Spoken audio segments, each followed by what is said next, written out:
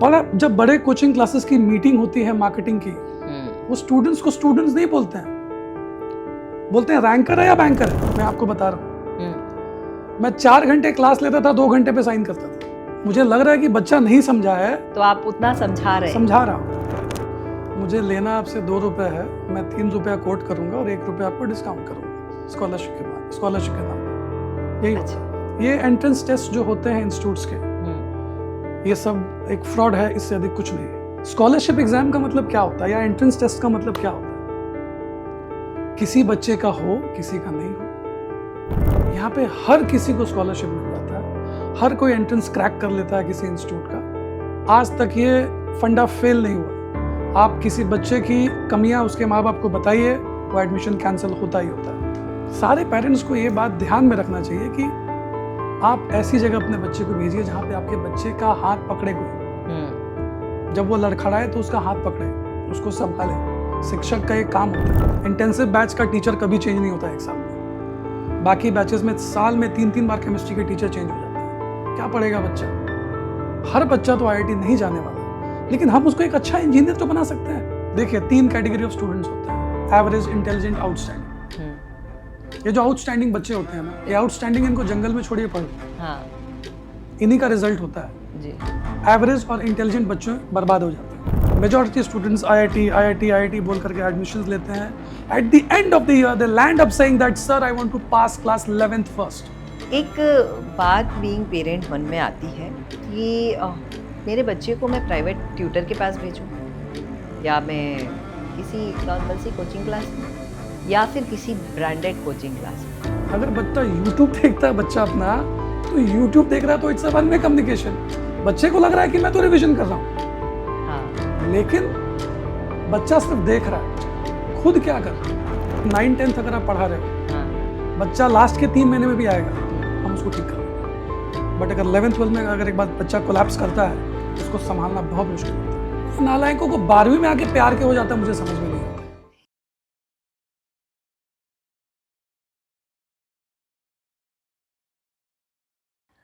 गणित से डर लगता है। कितनी बार फेल हुए हो? पापा के डंडे पड़े थे ना? सबको पड़ते, पढ़ने भी चाहिए, क्योंकि ये विषय है ही ऐसा, समझ ही नहीं आता। 2 दूनी 4 यानी 2 और 2 4 हो सकते हैं, 2 और 2 5 क्यों नहीं हो सकते? कितना पंगा है सीरियसली।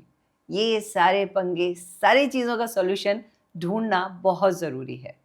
और कहते भी है ना कि गुरु मिल जाए, साथ मिल जाए तो ज़िंदगी बड़ी हसीन हो जाती है। और वैसे ही अगर एक गुरु मिल जाए तो गणित बड़ी सरल हो जाती है। उसी गणित को पढ़ने के लिए बहुत सारे बच्चे इनके पास आते हैं और आकर सीख कर जाते हैं। अरे मैंने तो ये भी सुन रखा है कि इनसे पढ़ने के बाद अच्छे कम नंबर लाने वाले लोग बड़े सुंदर नंबर लाने लगते हैं। जी, मैं बात कर रही हूँ एक अच्छे से प्यारे से शिक्षक जो कि बच्चों को हंसते खेलते खिलखिलाते पढ़ा देते हैं। MBA करने के बाद गणित पढ़ा रहे हैं, उसका भी एक कारण है। सुपर 30 देखी थी? वही गुरु हैं इनके, यानी गुरु के गुरु भी बड़े अव्वल दर्जे के हैं। तो मज़ा आने वाला है आज के पॉडकास्ट में, क्योंकि हम जानेंगे इनके जीवन के बारे में और कुछ बहुत सारे प्रश्न मेरे दिमाग में हैं जो शायद आपके दिमाग में भी हैं। आपको मज़ा आएगा सुनने में, हर क्वेश्चन का आंसर मिलेगा आज के इस पॉडकास्ट में। तो बने रहिए हमारे साथ। हमारे साथ हैं एक बेहतरीन, एक खूबसूरत से शिक्षक श्री अरुण सिंह जी। तो चलिए चलते हैं, उनसे बात करते हैं। स्वागत है आपका आज के इस पॉडकास्ट में और बहुत खूबसूरत सी चर्चा आपकी और हमारी होने वाली है, मुझे पूरा विश्वास है। मुझे भी लगता है। ज़रूर।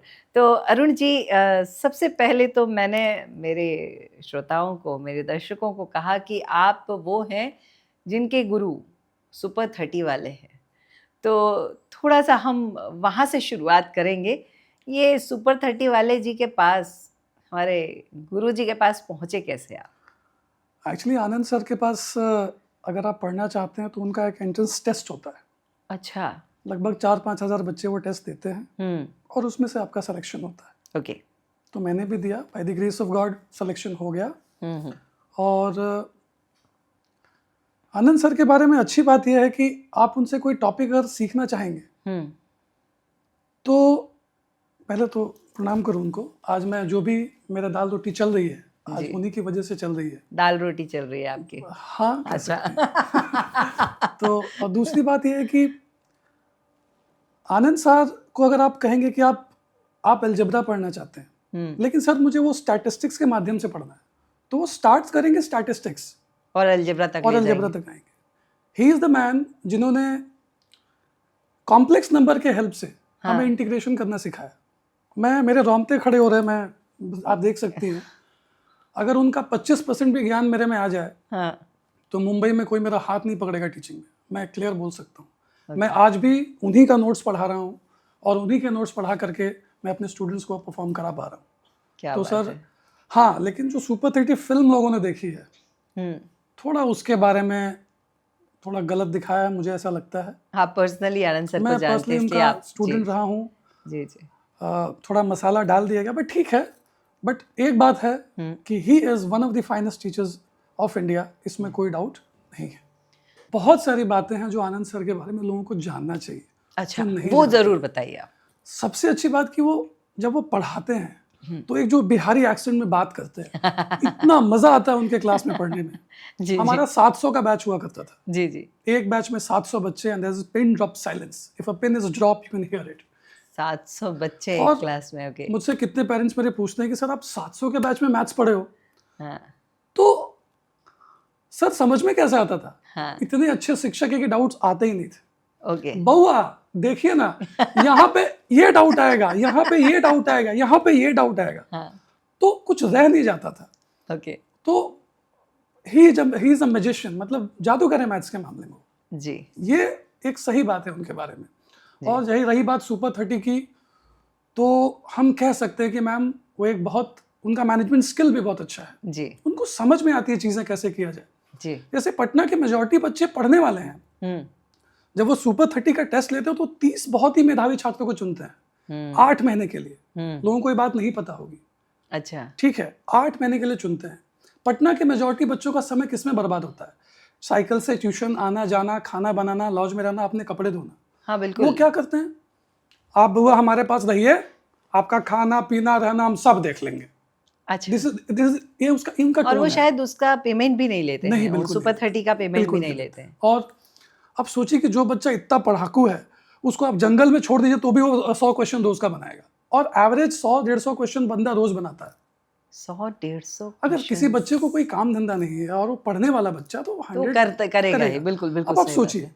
100 क्वेश्चंस पर डे एवरेज, महीने का 3000 प्रॉब्लम, 8 महीने में 24,000 क्वेश्चंस। जो बच्चा 24,000 क्वेश्चन सॉल्व करेगा उसका सिलेक्शन तय है। तो सबसे बड़ी बात है कि उन्होंने बहुत अच्छी चीजों को मैनेज किया। जी। पटना के टीचर्स को एक आईना दिखाया कि नहीं, विद्वान बनना और कंपटीशन की तैयारी करना एक अलग चीज है। तो ये उनका एक कंट्रीब्यूशन है शिक्षा के फील्ड में, मैं बहुत मानता हूँ इस बात को लेकर के। तो आनंद सर को हम सब की तरफ से बहुत धन्यवाद है, क्योंकि मैं भी इंजीनियर हूँ और हालांकि मैं उनके बारे में थोड़ा जानती थी क्योंकि मैं मीडिया फील्ड में भी हूँ, लेकिन जब ये सुपर 30 आई तो थोड़ा और दिमाग में आया कि चलो उनके बारे में और जानते हैं। और जब जाना तो ऐसा लगा कि धरती पर देवता भी आते हैं कभी कभी, और एक गणित का देवता बन के हमारे बीच में आए हैं और बहुत खूबसूरती से साथ दे रहे हैं। तो हम सब की तरफ से उन्हें धन्यवाद। और अब हम आ जाते हैं आपके ऊपर। तो एक लड़का अरुण, जो कि बहुत मोहब्बत के साथ MBA कर रहा था, MBA करने के बाद वो निकलने के बाद वो बहुत खूबसूरती के साथ कहीं पे बढ़िया जॉब करते या कोई बड़ा सा बिजनेस डाल लेते, कोई इन्वेस्टमेंट कर देते, ऐश की ज़िंदगी होने वाली थी। कहाँ ये बच्चों के चक्कर में पड़ गए, चें पों हल्ला गुल्ला, प्लस नहीं हो रहा, माइनस नहीं हो रहा, मल्टीप्लिकेशन नहीं हो रहा है, क्या है, कहाँ आ गए आप? थोड़ा मेरे 9th-10th के समय पे मैं जाना चाहूँगा। Please please. I had a girlfriend, ठीक है, 9th में? हाँ 10th अरे में क्या बात थी है। भाई, अब थी तो थी, सही बात जाहिर सी है। तो उसको इम्प्रेस करने के चक्कर में हाँ उसको मैथ्स में कुछ डाउट होते थे हाँ। तो मुझसे पूछ लिया करती थी कभी भी। मेरी मोहल्ले में रहती थी, अच्छा। केंद्रीय विद्यालय की विद्यार्थी थी। अच्छा। तो उसको इम्प्रेस करने के चक्कर में थोड़ा मैथ्स ज़्यादा ही अच्छे से पढ़ता था और शायद उसको इम्प्रेस करने के चक्कर में अंदर का टीचर बाहर निकल आया। निकल आया जी। तो पढ़ाना पसंद था, ये पहली बात थी। जब मैं मुंबई आया तो 12th पास करके आया था, हम्म। तो कि कोई नौकरी तो दे नहीं रहा था हम्म। और मुझे खुद का खर्च निकालना था, जी। क्योंकि कॉलेज का भी खर्च निकालना था। उस समय ग्रेजुएशन भी मेरी नहीं हुई थी। तो आते के साथ मैं इंटरनेशनल कॉल सेंटर्स में लगा for UK process. Okay. Vodafone campaign, उस समय वोडाफोन इंडिया में नहीं आया था, 2006 की बात बता रहा हूँ। हाँ, Vodafone तब एक तक UK वोडाफोन नहीं था। वोडाफोन 2008 अराउंड आया है। 2006 में जी, मैं जी। कॉल सेंटर में लगा था। जी जी जी। तो 4-5 महीने काम किए, बट लेकिन जब मेरा कॉलेज स्टार्ट हो गया, हाँ तो वो नाइट शिफ्ट करना पॉसिबल नहीं था, संभव नहीं थी। हाँ। तो मैंने एक इंस्टीट्यूट में जाकर के पूछा कि मुझे काम मिलेगा क्या। ट्यूशन पढ़ाने हाँ, के लिए। तो पनवेल के लगभग 6-7 इंस्टीट्यूट्स ने तो मुझे मना किया। एक इंस्टीट्यूट ने तो लिटरली मुझे बोला प्लीज़ आप बाहर जाइए, you not a graduate, please आप बाहर जाइए। हाँ। मैंने कहा कि आप मेरा टेस्ट ले लो, क्योंकि अगर जेई सिखाने के लिए जितनी गणित आनी चाहिए थी उतना उतनी गणित मुझे मैं आती है। पटना से सीख के आया था। तो एक इंस्टीट्यूट में काम मिला, उन्होंने अच्छे व्यक्ति थे, रविचंद्रन राज जी। उन्होंने मुझे कहा कि देखो तुम पहले क्या कर रहे थे। मैं बोला मैं कॉल सेंटर में काम कर रहा था। तो उन्होंने कहा कि ठीक है, तुम स्पोकन इंग्लिश सिखाओ और मैं तुम्हें 5,000 रुपये सैलरी दूंगा। 2006 में 5,000 सैलरी पनवेल में ठीक ठाक सैलरी थी, और मैं तो खुशी से उछल जाऊँ, मुझे ऐसा लगा वो 5,000 सैलरी में। जहाँ कुछ नहीं मिल रहा था वहाँ 5 तो मिल रहे थे। तो मैंने स्पोकन इंग्लिश भी सिखाना शुरू करा जी। और अपनी कॉलेज भी कंटिन्यू रखी, क्योंकि एक यही काम था जो करके मैं फुल टाइम कॉलेज कर सकता था। हाँ।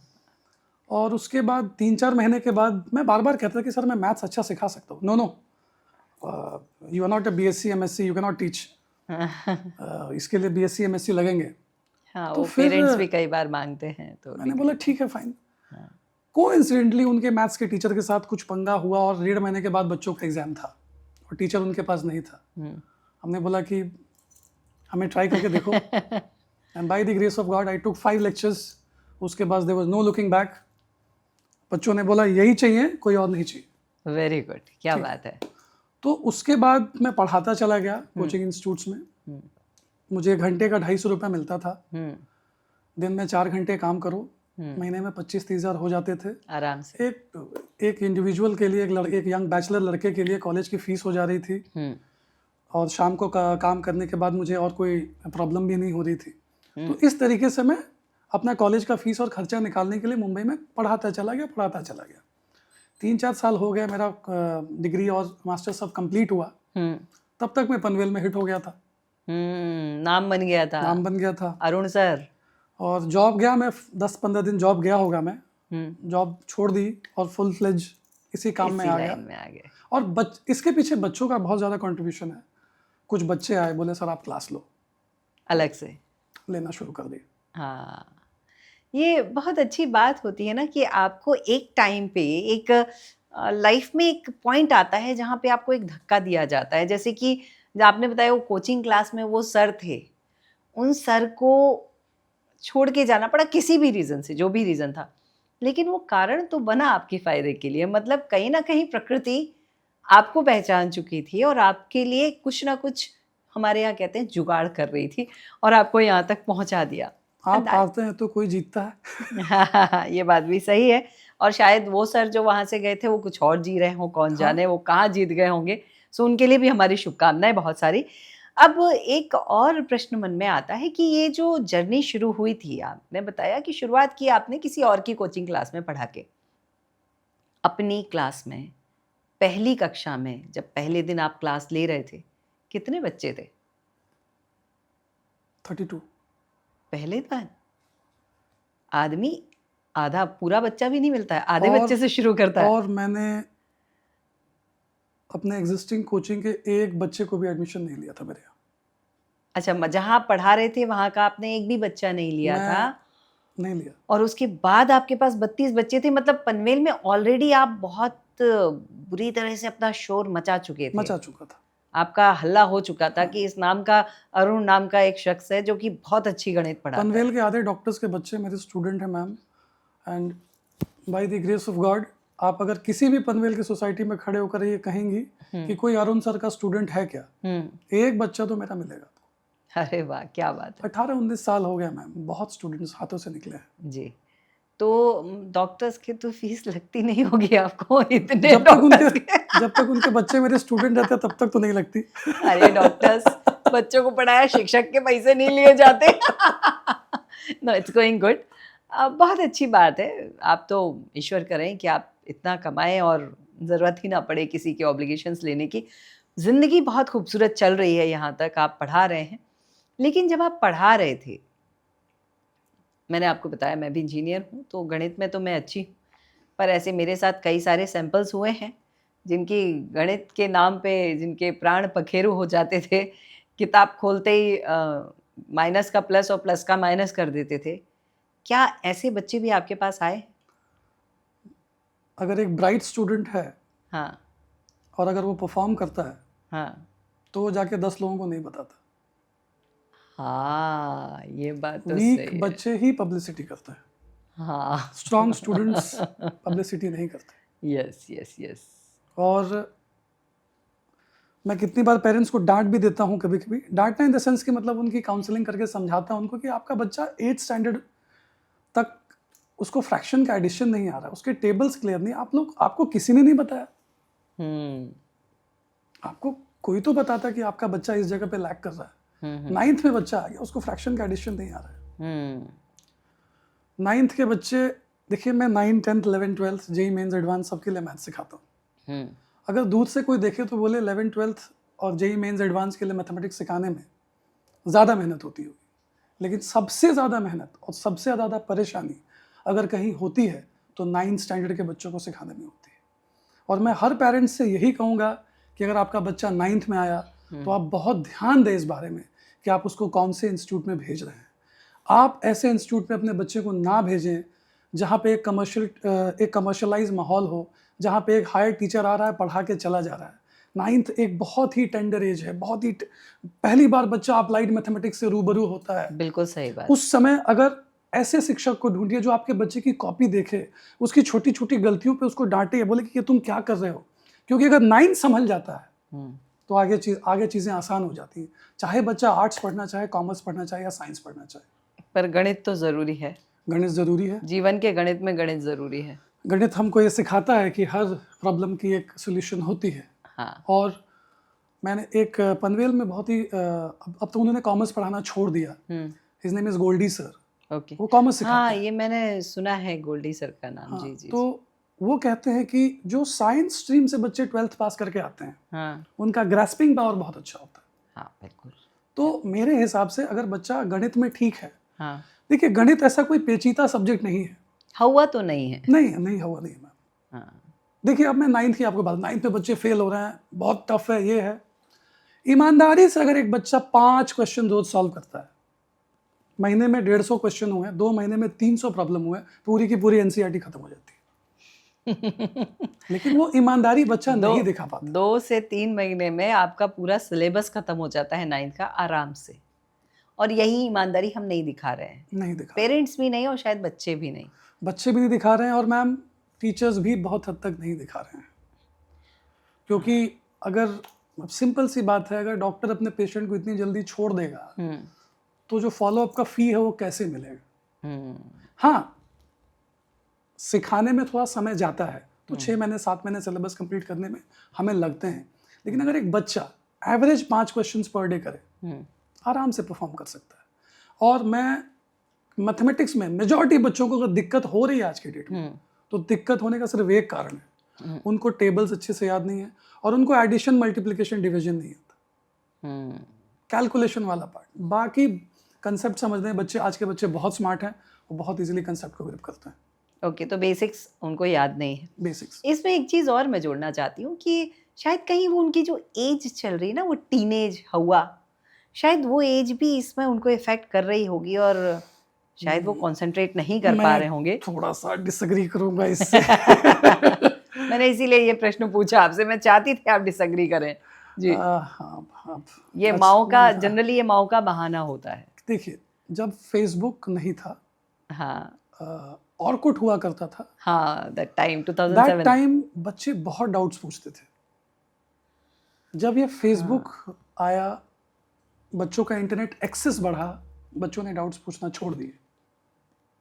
और अगर बच्चा डाउट्स नहीं पूछ रहा है, जैसे कोई पूछता है ना कि कोई थर्मामीटर है क्या कि बच्चा पढ़ रहा है या नहीं पढ़ रहा है, हम कैसे पता करें? तो उसका थर्मामीटर यही है कि बच्चा कितने डाउट पूछ रहा है।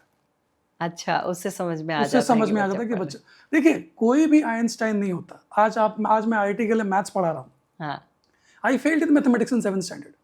सीरियसली? हाँ, ओह, मेरे क्लास टीचर को ट्रेन में मेरे पड़ोसी मिल गए थे। और आप जानते हैं कि हमारे जो पड़ोसी होते हैं, जो सो कॉल्ड शर्मा जी, है ना, वो तो बहुत अच्छे तो होते हैं। ये अरुण सिंह कुमार सिंह कैसा है पढ़ने में? फेल हो वो गया। लड़का पास नहीं करेगा। अरे भाई, पास नहीं करेगा ठीक है, वो 1 महीने के बाद रिजल्ट आएगा। आज ही हमारे घर में बताने की क्या जरूरत थी? कूट दिए हमारे भाई साहब हमको अच्छे से। अरे पिटे किस चीज से थे? मत कहिए, जाने दीजिए, हमारे भाई साहब पे केस वेस हो जाएगा। चप्पल थी, बैट था, बेल्ट था क्या? चप्पल थी। अच्छा, वो उसमें केस नहीं होता।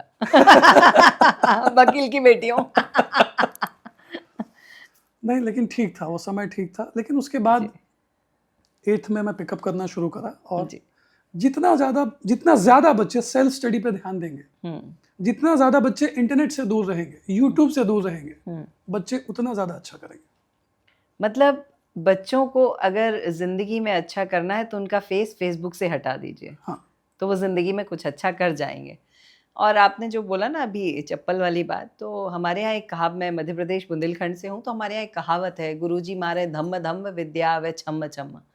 तो मेरे हिसाब से तो वो अच्छा था जो धम्म धम्म आपको पढ़ी, तो आप आज इतने बड़े बड़े बच्चों को इतने प्यार से पढ़ा पा रहे हैं। And seriously you are doing a great job. जहाँ पे पर्सनल अटेंशन की ज़रूरत होती है, और जो आप अभी कह रहे थे एक एक बच्चे तक पहुँचना, I have heard about you. बच्चे बताते हैं कि जो सबसे आखिरी पंक्ति में जो आखिरी बच्चा बैठा है, उसको भी पता है कि ये आदमी जो सामने खड़ा है, इसकी नज़र मुझ पे है और ये कभी ना कभी मेरे तक आ जाएगा और उस समय मुझे आंसर देना पड़ेगा। आप स्कूल में जब पढ़ती होंगी, हाँ, तो अच्छे स्टूडेंट्स पहले बेंच पे बैठते होंगे, राइट? हाँ बिल्कुल। मेरी क्लास में मैं अच्छे स्टूडेंट्स को लास्ट बेंच पे रखता हूँ और वीक स्टूडेंट्स को पहले बेंच पे रखता हूँ। शाबाश, इस बात के लिए तालियां। और ये मैं हमेशा करता हूँ। नहीं, जनरली ये प्रोसीजर ऐसा होता है कि जो बच्चा कमज़ोर होता जाता है वो धीरे धीरे धीरे धीरे पीछे खिसकता जाता है और आखिरी बेंच पे चला जाता है। टीचिंग फील्ड का एक राज बताता हूँ आपको। जी बिल्कुल। अगर शिक्षक चाह दे तो कोई बच्चा खराब नहीं करेगा, कोई खराब नहीं करेगा। सिर्फ शिक्षक के चाहने पे। अच्छा शिक्षक होने के लिए ज्ञान होना तो जरूरी है, क्योंकि आपको आपके सब्जेक्ट की समझ होनी चाहिए बिल्कुल एज ए टीचर। बिल्कुल। लेकिन उससे ज्यादा इंपॉर्टेंट हो जाता है कि आप कितना पेन ले रहे हो अपने स्टूडेंट्स के लिए। वो डार्क सर्कल्स अभी आप बात कर रहे थे थोड़ी देर पहले। हाँ, वो कॉपी चेक करते करते हो जाती है, नोट्स बनाते बनाते वो हो जाती है। मेहनत दिखती है साहब, वो मेहनत दिखती है, वो चेहरे पे मेहनत दिखती है, वो शरीर में थकान दिखती है, लेकिन बच्चों के रिजल्ट्स में वो चमक दिखती है। चलिए, कुछ अच्छा ही होता। आज मेरी वाइफ नहीं है, वो होती तो ये डार्क सर्कल्स नहीं दिखते। She is a very good makeup artist, वो पक्का ये मेकअप कर देती है अभी तक। That's pretty good. अब मेरा एक और प्रश्न आपसे आ रहा है, आप चाहें तो नाम ना लें, पर बता दें कि कोई ऐसा बच्चा आया जो बहुत कम नंबर लेके आया था और उससे आपने कहीं से कहीं तक पहुंचाया, और वो जर्नी क्या थी? मतलब वो आपका स्ट्रगल और उसकी मेहनत दोनों, थोड़ी सी कुछ एकाध कहानी आप ही कहते हैं लाइव एग्जाम्पल से समझा सकते हैं, तो थोड़ा समझा दीजिए। मेरा एक स्टूडेंट जी यथार्थ लेतारे जी, अराउंड 50% स्कोरर था वो बच्चा, और 50% के अराउंड ही स्कोर करता था। 9th में आया, 10th में 9th में वो पढ़ा, कुछ इम्प्रूव करा उसने, और 10th में वो बच्चा लगभग 91% लेके आया, 90 प्लस 91 या 92 लेके आया। Very good. उसके बाद वो 11th-12th मेरे पास था। ओके। मेरा एक स्टूडेंट, मैं नाम नहीं लूँगा, हाँ प्लीज़, चलेगा। He was a topper, he did not continue, क्योंकि मैम 11th में क्या होता है कि, सॉरी विधि, मैम नहीं बुलाना, ठीक है, क्या होता है कि एक छोटे क्लासेस पे ट्रस्ट करना, स्पेशली 11th-12th में, किसी पेरेंट के लिए आसान नहीं होता। और इसमें मैं पेरेंट्स का दोष भी नहीं देता, क्योंकि 11th-12th के लिए बहुत बड़ी टीम चाहिए होती है, अच्छी टीम चाहिए होती है, अच्छा फंड चाहिए होता है। वो बच्चा लेकिन यथार्थ मेरे पास ही रहा, बोला कि नहीं सर मैं आप ही के पास रहूँगा। आज उसको 215 नंबर लगभग जेईई मेंस में आए थे। एनआईटी क्या बोलते हैं, जयपुर से पास आउट हो चुका है लड़का, वेरी गुड। कहीं प्लेस्ड भी हो गया है। ओके। ऐसे बहुत सारे किस्से हैं, ठीक है। लेकिन ऐसे बहुत वो किस्से ज़्यादा इंपॉर्टेंट हैं जो बच्चे एनआईटी गए या आईआईटी गए, उनके किस्से ज़्यादा इंपॉर्टेंट नहीं है मैम। मेरे हिसाब से वो अचीवमेंट नहीं है, वो तो अच्छे बच्चे थे चले जाते हैं, चलेगा, यस। वो तो हम उनका बोर्ड बैनर लगाते हैं लोगों को बेवकूफ़ बनाने के लिए, टू बी वेरी फ्रैंक। नहीं, बेवकूफ़ नहीं, बताने के लिए लगाते हैं कि हमारे ये अचीवमेंट्स है। नहीं मैडम, मैं टू बी वेरी ब्लंट, हम पेरेंट्स को बेवकूफ़ी बनाते हैं।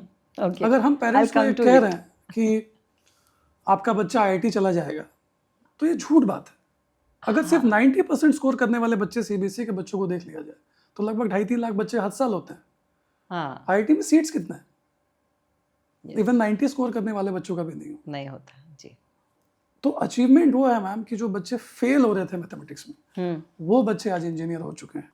अरुण जी, आपने जाने कितने ज़ीरो बच्चों को हीरो बनाया होगा, तो किसी एक बच्चे की कहानी जो कि बिल्कुल आया था आपके पास बहुत परेशान सा, शायद उसके माता पिता एकदम फ्रस्ट्रेशन में आए होंगे कि ये मुझसे समझ नहीं रहा, ये पढ़ता नहीं है, इसको गणित में नंबर नहीं मिलते, ये फेल होता जाता है, स्कूल वाले हमको गालियाँ देते हैं, जाने कितनी सारी बातें।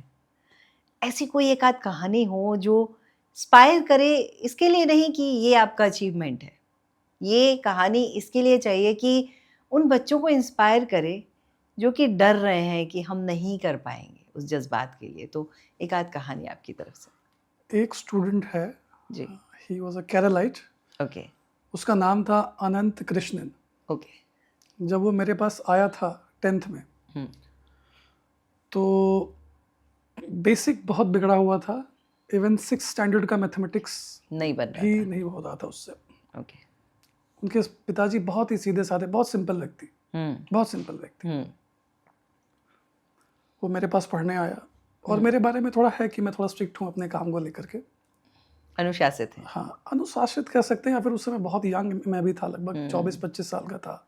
तो यंग था, अग्रेसिव था अपने काम में। बाकी का पता नहीं, थोड़ा यंग एज थी, एनर्जी ज़्यादा थी जी। तो वो बच्चा आया मेरे पास, तो मैंने उसको थोड़ा, एक कोई भी बच्चा मेरे पास आता है तो मैं, अगर मेरे पास कोई 10th में भी एडमिशन लेने आता है तो मैं 6th स्टैंडर्ड का ही मैथ्स पूछता हूँ। हाँ। क्योंकि वो मैथ्स अगर आ जाएगा तो मैं बाकी खींच लूंगा। अच्छा। मैं हर पेरेंट को कहता हूँ कि एडिशन, मल्टीप्लिकेशन, डिवीजन कम से कम इतना सिखा के भेजो, मैं देख लूंगा ताकि उसके आगे मैं सिखा दूँ। जी। तो कुछ दिन पढ़ा वो, एक आध हफ्ते मेरे पास पढ़ा, 2 हफ्ते पढ़ा, होमवर्क करके नहीं आता था, तो इतने गुस्से में एक टपली खींच के लगा दी मैंने, रैप्टा लगा दी। Very good. भाग गया। हाँ। नहीं आ रहा था।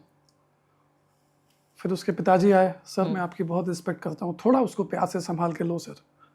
वो ट्यूशन छुड़ाने के लिए नहीं है, वो इसलिए आए कि सर थोड़ा संभालो। फिर मैं उसको बुलाया, बिठाया, कंधे पे हाथ रखा, प्यार से पुचकारा, समझाया, बेटा तूने कौन सा मेरा प्रॉपर्टी ले लिया कि मेरी तेरे से दुश्मनी है, बस तू सीख जा, तेरे डैडी देख कितना परेशान है। फिर मैंने उसको 6th का बेसिक सिखाया, 7th का सिखाया, 8th का सिखाया, 9th के बेसिक्स थोड़ी ठीक ठाक किए।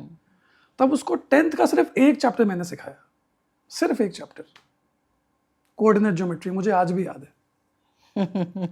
और वो कोऑर्डिनेट ज्योमेट्री उसको समझा और उसने बढ़िया सॉल्व किया। ओके। उस एक चैप्टर से उसका कॉन्फिडेंस बढ़ गया, उसको लगा कि मैं मैथ्स कर सकता हूँ।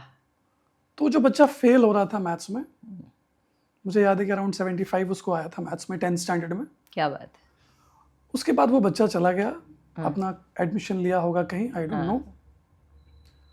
कुछ सालों के बाद मिला, व्हेन आई गॉट मैरिड, लगभग 6-7 साल 8 साल के बाद मिला मुझे, और मुझसे टकराया, जानबूझ के टकराया। बोला पहचानते हो मुझे सर? मैंने बोला तू सर बोल रहा था, मेरा स्टूडेंट ही होगा। सर वो सब छोड़ो, पहले मेरा क्वालिफिकेशन सुनो। Diploma in mechanical, BTech, masters. फिर मैंने बोला अनंत कृष्णन? बोला यस सर। क्या बात है। तो उस समय खुशी बहुत ज़्यादा होती है।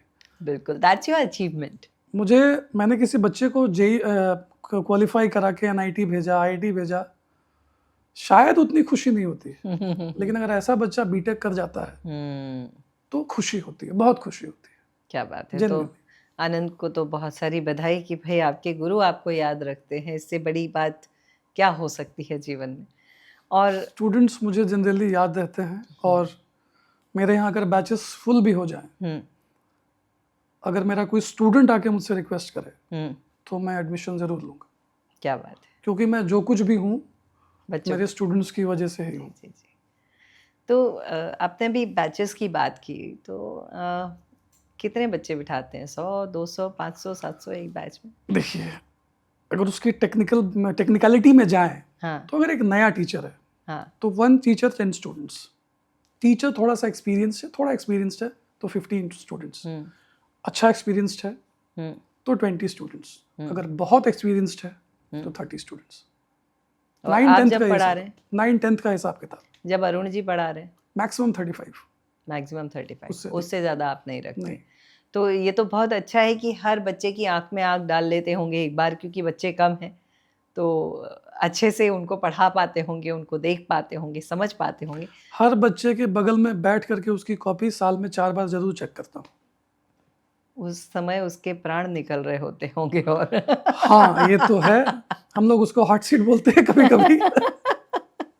हमारे भी होते थे, टीचर बगल में आके खड़ा हुआ और पेन चलना बंद और बोलना पड़ता था आप जाओ ना प्लीज मुझे लिखने दो। It happens actually. नहीं और होता है, ये बहुत खूबसूरत चीज़ है। और लेकिन उसका बेनिफिट होता है बच्चे को। जी बिल्कुल होता है। जब वो हमारे जैसे खड़ूस आदमी के सामने वो उतने प्रेशर में कॉपी कलम चला पा रहा है तो एग्जाम का प्रेशर तो हैंडल कर ही लेगा। That is needed, yes. अभी आपसे मैंने कोचिंग क्लास की बात की और मैंने भी बहुत साल पढ़ाया है। मतलब वो कहते हैं ना, ज़िंदगी की शुरुआत पढ़ाने से ही हुई। कॉलेज में भी पढ़ाया, फिर उसके बाद जब देखा कि एक स्त्री के कई सारे रूप होते हैं, तो जब वो माँ बनती है तो उसे उस रूप को भी बहुत अच्छे से संभालना पड़ता है। तो मैंने कई सारे इंस्टीट्यूट्स में पढ़ाया, बहुत सारी कोचिंग क्लासेस में पढ़ाया। जब बच्चे से समय मिलता था, थोड़ा सा समय चुरा के 1 घंटे, क्योंकि वो ईजी होता था, 1 घंटे जाना है वापस आ जाना है, तो मैंने भी बहुत सारी जगह पढ़ाया। मैंने जब पढ़ाया तो मैंने एक साथ बहुत सारे बच्चों को पढ़ाया, संख्या 30-35 नहीं थी, कई सारे जगह ऐसा हुआ। आपका क्या कहना है कि ये जो कोचिंग क्लासेस में बहुत सारे बच्चे बिठा दिए जाते हैं पढ़ने के लिए, तो क्या इनको समझ में आ रहा होता है? मोर देन 70% स्टूडेंट्स को नहीं समझ में आता।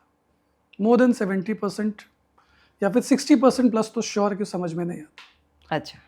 अगर आप बड़े कोचिंग क्लासेस की बात करें तो मेरे जैसे व्यक्ति के लिए बड़े कोचिंग क्लासेस से हमें कभी कोई नुकसान नहीं हुआ, बल्कि हमें बहुत फायदा हुआ। हम तो पेरेंट को जितना परेशान देखते हैं उतना ठूस के फीस मांगते हैं। अब ऐसा नहीं होता, लेकिन एक समय था जब एक्चुअली एक होता है जब आदमी सिर्फ पैसे के लिए पीछे भागता है, मैं भी भागता था जी। अब चाहता हूँ कि काम ऐसा करूँ कि लोग इज्जत करें। हाँ, वो देखिए, पैसा चाहिए लेकिन इज्जत भी चाहिए। टाइम ऐसा था कि जब आपको पैसे की सच में जरूरत थी, मतलब कहते ना रोटी पानी के लिए भी जरूरत होगी। तो ये तो जो स्टूडेंट के अभिभावक हैं, माता पिता हैं, उनको ये बात सोचनी चाहिए कि बच्चा 8वीं कक्षा में, उसको आता क्या है? अभी तो उसको सीखने के फेज में है। सही उसको 60 बच्चों के बीच आप बिठा दे रहे हो। हाँ। वो क्या कॉपी में लिख रहा है, क्या नहीं लिख रहा है, ये कौन देखेगा? स्कूल की एक बड़ी सी कक्षा से उठ के बच्चा क्लासेस की एक बड़ी कक्षा में जाके बैठ जाता है। मैं ये बात हर पेरेंट को कहूंगा, बार बार कहता हूँ, 8, 9, 10th एटलीस्ट इस समय अपने बच्चे को किसी बड़े कमर्शियल कोचिंग क्लास में ना डालें। अगर आप अपने बच्चे से प्रेम करते हैं, आपका बच्चा है, वो फूल है आपका, उसमें पानी डालिए ठीक से, उसको किसी का कस्टमर मत बनने दीजिए। ओके। पर जब बड़े कोचिंग क्लासेस की मीटिंग होती है मार्केटिंग की, वो स्टूडेंट्स को स्टूडेंट्स नहीं बोलते हैं, बोलते हैं रैंकर है या बैंकर है। Oh, either it will come ranker, either it will come banker. Banker है, कोई भी टीचर डाल दो। हाँ। और जो एक प्रोफेशनल हायर टीचर है, हाँ। वो जाके पढ़ाएगा, 1.5 घंटे लेक्चर लेगा, उससे 1 मिनट एक्स्ट्रा नहीं बैठेगा। वो नहीं बैठेगा, किसी को समझा नहीं समझा, और वो किसी और इंस्टीट्यूट के लिए पेन क्यों ले। और वो आर्ली बेसिस आर्ली बेसिस पे होते हैं। यस, तो वो उतना ही करेगा जितना उसको मिलेगा। अगर वो फुल टाइम पैकेज पे भी है हाँ, तो भी वो उतना ही करेगा जितना उसको कहा गया है, आउट ऑफ द वे जाके नहीं करेगा। ठीक है। जैसे आपने कहा कि पनवेल में आप बहुत फेमस हो गए थे, हम्म मैम फेमस होने का एक कारण, सॉरी विधि, फेमस होने का एक कारण था, हम्म मैं आपको बता रहा हूँ। हम्म मैं 4 घंटे क्लास लेता था, 2 घंटे पे साइन करता था। अच्छा, मुझे लग रहा है कि बच्चा नहीं समझा है, तो आप उतना समझा रहे हैं। समझा रहा हूँ, वेरी गुड। बट मुझे लेक्चर 2 घंटे के अलाउड था। ऐसे बहुत कोचिंग मेरे यहाँ जो बहुत टीचर्स काम करते हैं, हाँ, वो कहते हैं कि अरुण सर आपके यहाँ काम करने में एक फायदा है कि आपने रिस्ट्रिक्ट नहीं किया हमको कि इतने लेक्चर्स में टॉपिक खत्म कर देना है 11th-12th में। अच्छा, मैं ऐसा ऐसा कुछ लेक्चर प्लान जैसा कुछ नहीं है? नहीं, बस हाँ उनको ये हमें समझाना होता है कि भाई हमें इस महीने तक इस खत्म महीने कर तक दो। सिलेबस कंप्लीट हो, हाँ, ताकि 2 महीने में हम रिवीजन कर सकें रिवीजन बच्चों कर को। सके, बिल्कुल। वो लेक्चर मैंने कभी भी किसी टीचर को रिस्ट्रिक्ट नहीं किया। क्या आप दबा के सिखाइए जितना सिखा सकते हैं। ये तो बहुत अच्छी बात है। और भी कुछ किया होगा आपने अपनी क्लासेस में जो आप अगर ओपन कर देंगे तो दूसरों को बहुत फायदा होगा? कुछ और ट्रिक्स जो आप अपनाते हैं बच्चों के अच्छे के लिए? बच्चों के अच्छे के लिए मैम, सुबह अगर जो बच्चा नहीं पढ़ रहा होता है, हाँ, शाम को 7 बजे बिठा देता हूँ, रात के 11 बजे तक बिठा देता हूँ। भाई होमवर्क यहीं करके खत्म करके जा। रात को 11 बजे तक? हाँ, पिज़्ज़ा विज़्ज़ा मंगवा देता हूँ, खा लेते हैं, बैठ के होमवर्क कर लेते हैं। ये पार्टी भी हो रही है और पढ़ाई भी हो रही है। मैम वो ये पार्टी सही बहुत है। सस्ती है हमारे लिए। आप एक बात सोचिए, जी पिज़्ज़ा कितने का आएगा? 2-2.5 हज़ार का पिज़्ज़ा आएगा। जी, बिल्कुल। वो बच्चा अच्छा किया, 4 स्टूडेंट लाएगा, कितना बेनिफिट हुआ। What a marketing management, very nice. Marketing management, ये सीधी सी बात है। अच्छा काम करके भी पैसा कमाया जा सकता है। ओके आप जरूरी नहीं है कि आप धूर्त बन के लोगों को बेवकूफ बनाएं, ओके, ये जरूरी नहीं है। Very good. मैं बात कर रही हूँ सन 2007 की। 2007 में मैं क्लासेस का नाम नहीं लूँगी, पर एक क्लासेस में मैं एडमिशन लेने के लिए गई थी फॉर एमबीए प्रिपरेशन। उस समय की हिंट दे रही हूँ, उस समय की ये टॉप मोस्ट क्लासेस में से हुआ करती थी। हाँ, मैं उस क्लासेस में गया था और मेरे सॉल्विंग स्किल को देख करके बोला कि आप पढ़ो मत, आप पढ़ा दें आ जाओ मैथमेटिक्स। अच्छा, आपको ऐसा कहा था हाँ। उन्होंने, ओके। तो वहाँ पे मुझे एक एग्ज़ाम दिलवाया गया था एंड वो परीक्षा देने के बाद में they offer me some percentage of discount, और उसके बाद मैंने उस क्लासेस में एडमिशन ले लिया था। फिर I qualified that CAT exam also, but not that much good percentile. तो some conditions of family and all, मैंने नहीं आगे एमबीए परस्यू किया। बट मुझे ये पूछना है कि आप भी कोई ऐसी फैसिलिटी बच्चों को देते हैं जिससे, कितनी अच्छी बात है ना, उनका परसेंटेज इतना आया तो उतनी फीस कम हो गई, उनको कितना फ़ायदा हो गया। मुझे लेना आपसे 2 रुपये है, मैं 3 रुपया कोट करूंगा और 1 रुपया आपको डिस्काउंट करूंगा स्कॉलरशिप के नाम पे। यही होता है। ओके ये जो स्कॉलरशिप एग्जाम्स आज भी बहुत ज़्यादा धड़ल्ले से चल रहा है, जी, मैं इसको स्कॉलरशिप एग्जाम्स तो नहीं कहता हूँ। हाँ, कुछ परसेंटेज तक हाँ है, लेकिन इसमें उनका स्वार्थ है। स्कॉलरशिप एग्जाम का मतलब क्या होता है, या एंट्रेंस टेस्ट का मतलब क्या होता है? किसी बच्चे का हो, किसी का नहीं हो, राइट? हाँ हाँ, 10% तो ऑलमोस्ट सबको मिल जाता है डिस्काउंट। तो यहाँ पे हर किसी को स्कॉलरशिप मिल जाता है, हर कोई एंट्रेंस क्रैक कर लेता है किसी इंस्टीट्यूट का। और अच्छा एक बात बताइए, मैं छोटी बात आपसे करूंगा। आपको कुछ ऑपरेशन कराना है अपना, ठीक है, या फिर आपकी बॉडी में कुछ है जिसको ऑपरेट करके ही निकाला जा सकता है, आप एक डॉक्टर के पास जाएं। एक डॉक्टर आपसे ब्लंटली बोले कि नहीं बिना ऑपरेट किए नहीं होने वाला है। एक डॉक्टर आपसे कहे नहीं मैं बिना ऑपरेशन के कर दूंगा इसको, आप किसके पास जाएंगे? मैं तो बिना ऑपरेशन वाले के पास जाऊंगी। तो वैसे ही अगर एज अ शिक्षक अगर किसी बच्चे को बोलूं कि नहीं बेटा आपका बेसिक वीक है, थोड़ा आपको मेहनत करना पड़ेगा, पुश करना पड़ेगा आगे बढ़ने के लिए, हाँ, और दूसरा इंस्टीट्यूट कहे पेरेंट को कि your son is a genius, he has hell lot of potential, आप कहाँ डालेंगे अपने बच्चे को? फिर तो मैं वहाँ डालूंगी जो मेरी तारीफ करेगा। 19 साल में आज तक ये फंडा फेल नहीं हुआ। आप किसी बच्चे की कमियां उसके माँ बाप को बताइए, वो एडमिशन कैंसिल होता ही होता है। हाँ, डेफिनेटली। तो इनके एंट्रेंस टेस्ट में हर किसी का हो जाता है।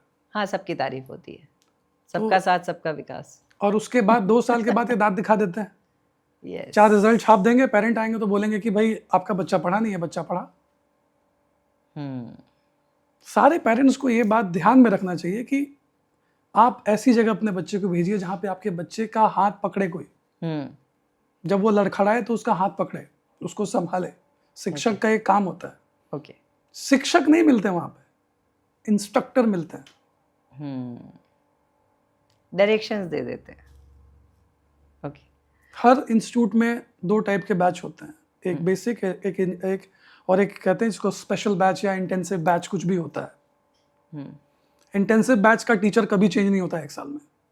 बाकी बैचेस में साल में 3-3 बार केमिस्ट्री के टीचर चेंज हो जाते हैं। क्या पढ़ेगा बच्चा? इससे बेटर है पेरेंट एक इंडिविजुअल केमिस्ट्री का टीचर ढूंढे जो घर पे खुद पढ़ा रहा हो, अच्छा पढ़ा रहा हो। हर बच्चा तो आईआईटी नहीं जाने वाला, लेकिन हम उसको एक अच्छा इंजीनियर तो बना सकते हैं। बिल्कुल सही बात है। उसका 12th का बेसिक ठीक करके उसका नॉलेज तो बढ़ा सकते हैं। ये एंट्रेंस टेस्ट जो होते हैं इंस्टीट्यूट्स के, ये सब एक फ्रॉड है, इससे अधिक कुछ नहीं है। ठीक है, तो चलिए मैं भी ख्याल रखूंगी आगे जब मुझे इस चीज़ की ज़रूरत पड़ेगी। वैसे तो आपके बच्चे कौन सी क्लास में है? अब बताने से मेरी उम्र का पता चल जाएगा। मुझे क्लाइंट मिलेगा। चलिए ऑन कैमरा बता देती हूँ। वैसे मेरे लिए कॉम्प्लीमेंट होगा, मेरी बेटी 9th में है और मेरा बेटा 8th में है।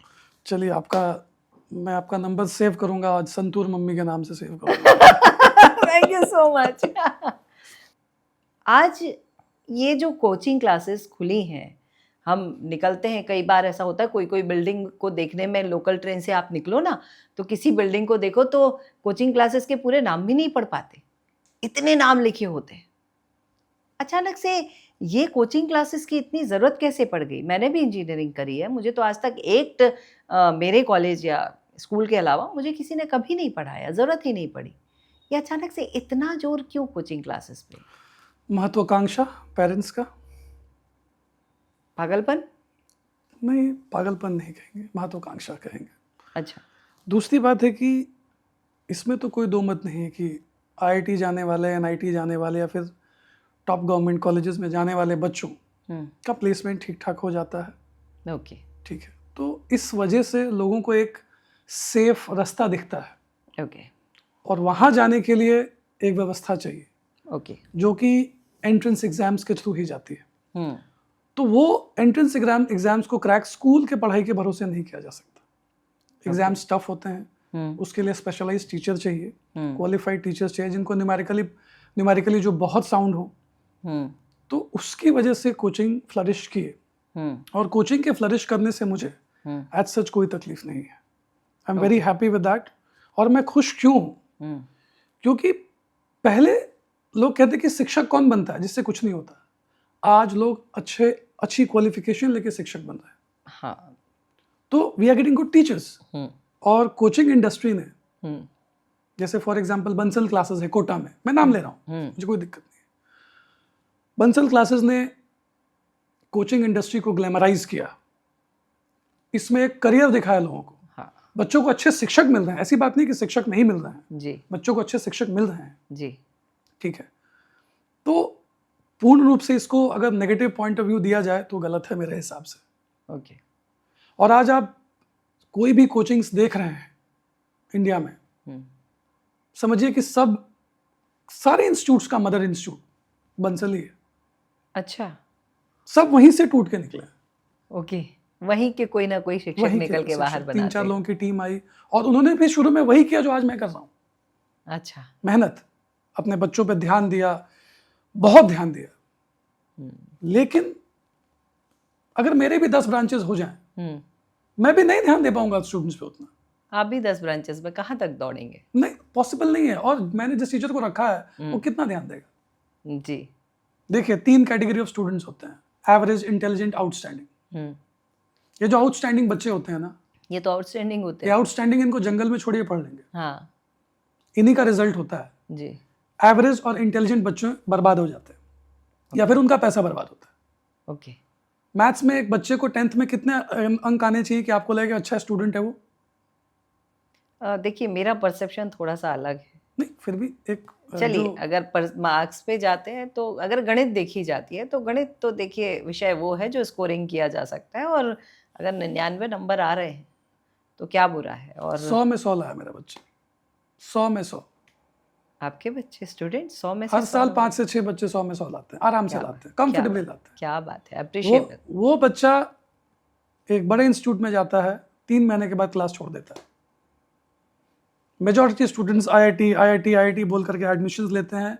Eight the end of the year they land up saying that sir I want to pass class 11th first. 90% score करने वाले बच्चे आप स्कूल्स के रिजल्ट जाके चेक कीजिए, 11th मंथ के स्कोर 40% हो जाते हैं। क्यों 40% हो जा रहे हैं? क्योंकि उनको बरगलाया जा रहा है कोचिंग क्लासेस में। एक बात बताइए, बिना मल्टीप्लिकेशन सीखे कोई डिवीजन सीखता है? पॉसिबल ही नहीं। कोचिंग क्लासेस बच्चों के बोर्ड्स के रिजल्ट खराब होते हैं तो सीधा कहते हैं कि हम तो जेई के लिए तैयारी करवा रहे थे। बेस छोड़ के जेईई की तैयारी चल रही है। बिना 11th और 12th को क्लियर किए हुए जेई की तैयारी नहीं हो सकती है। सिंपल सी बात है, ये बात पेरेंट्स को समझना चाहिए। तो अपना पल्ला झाड़ने के लिए कोचिंग क्लासेस से बात बोल देते हैं और काम खत्म हो जाता है। काम खत्म हो जाता है। मैं कई सारी अरुण जी, बहुत सारे डिफरेंसेस दूसरी क्लासेस और आपकी पढ़ाई में काफ़ी टाइम से, जब से हमारा डिस्कशन चल रहा है, या मैं आपके बारे में जब आपसे बात करनी थी तो बिल्कुल रिसर्च करनी ज़रूरी है, वो कर रही हूँ, तो मैं पा रही हूँ कि बहुत अंतर है। और मैं सीरियसली, ये पॉडकास्ट मैं ले रही हूँ, इंटरव्यू ले रही हूँ, इसलिए ये बात मैं नहीं कह रही हूँ। बात ये है कि कई सारी जगह पे, इवन आपने पूछा बच्चे मेरे हैं, तो मैं भी उन्हें कई सारी जगह पढ़ाने के लिए भेजती हूँ, पढ़ने के लिए भेजती हूँ। और ये चीज़ को मैं भी देखती हूँ कि पहले दिन तो बड़ा हरा हरा मिलता है कि भाई ऐसा हम पढ़ाएंगे, वैसा हम करेंगे, महीने भर तो चलता है। उसके बाद धीरे धीरे सब चीज़ों के डब्बे गुल होने शुरू हो जाते हैं। और हम बेचारे पेरेंट्स शुरुआत में ही, जून के महीने में पूरी जो होती है फीस, जून जुलाई में हम भर चुके होते हैं। नहीं, वो ले चुके होते हैं आपसे। कुछ भी कह दीजिए। और so we can not cut off it, और हम वहाँ पे फंस जाते हैं।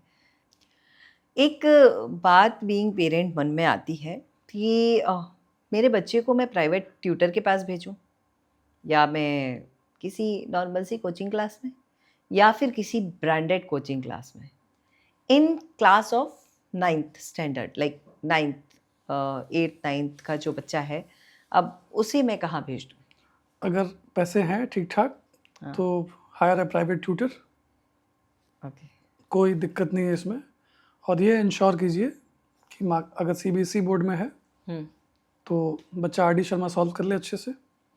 और ये इंश्योर कीजिए कि 20 मार्क का ही टेस्ट ट्यूटर ले, लेकिन ले हर रोज़ नहीं, हर रोज़ नहीं, 3 हर महीने कुछ के बाद। दिन में, ठीक है। अगर थोड़े कम हैं तो जो प्राइवेट कोचिंग क्लासेस हैं, जो एक शिक्षक है अपना कोचिंग चला रहा है, खुद खड़ा होकर पढ़ा रहा है, ऐसी जगह पे भेजिए।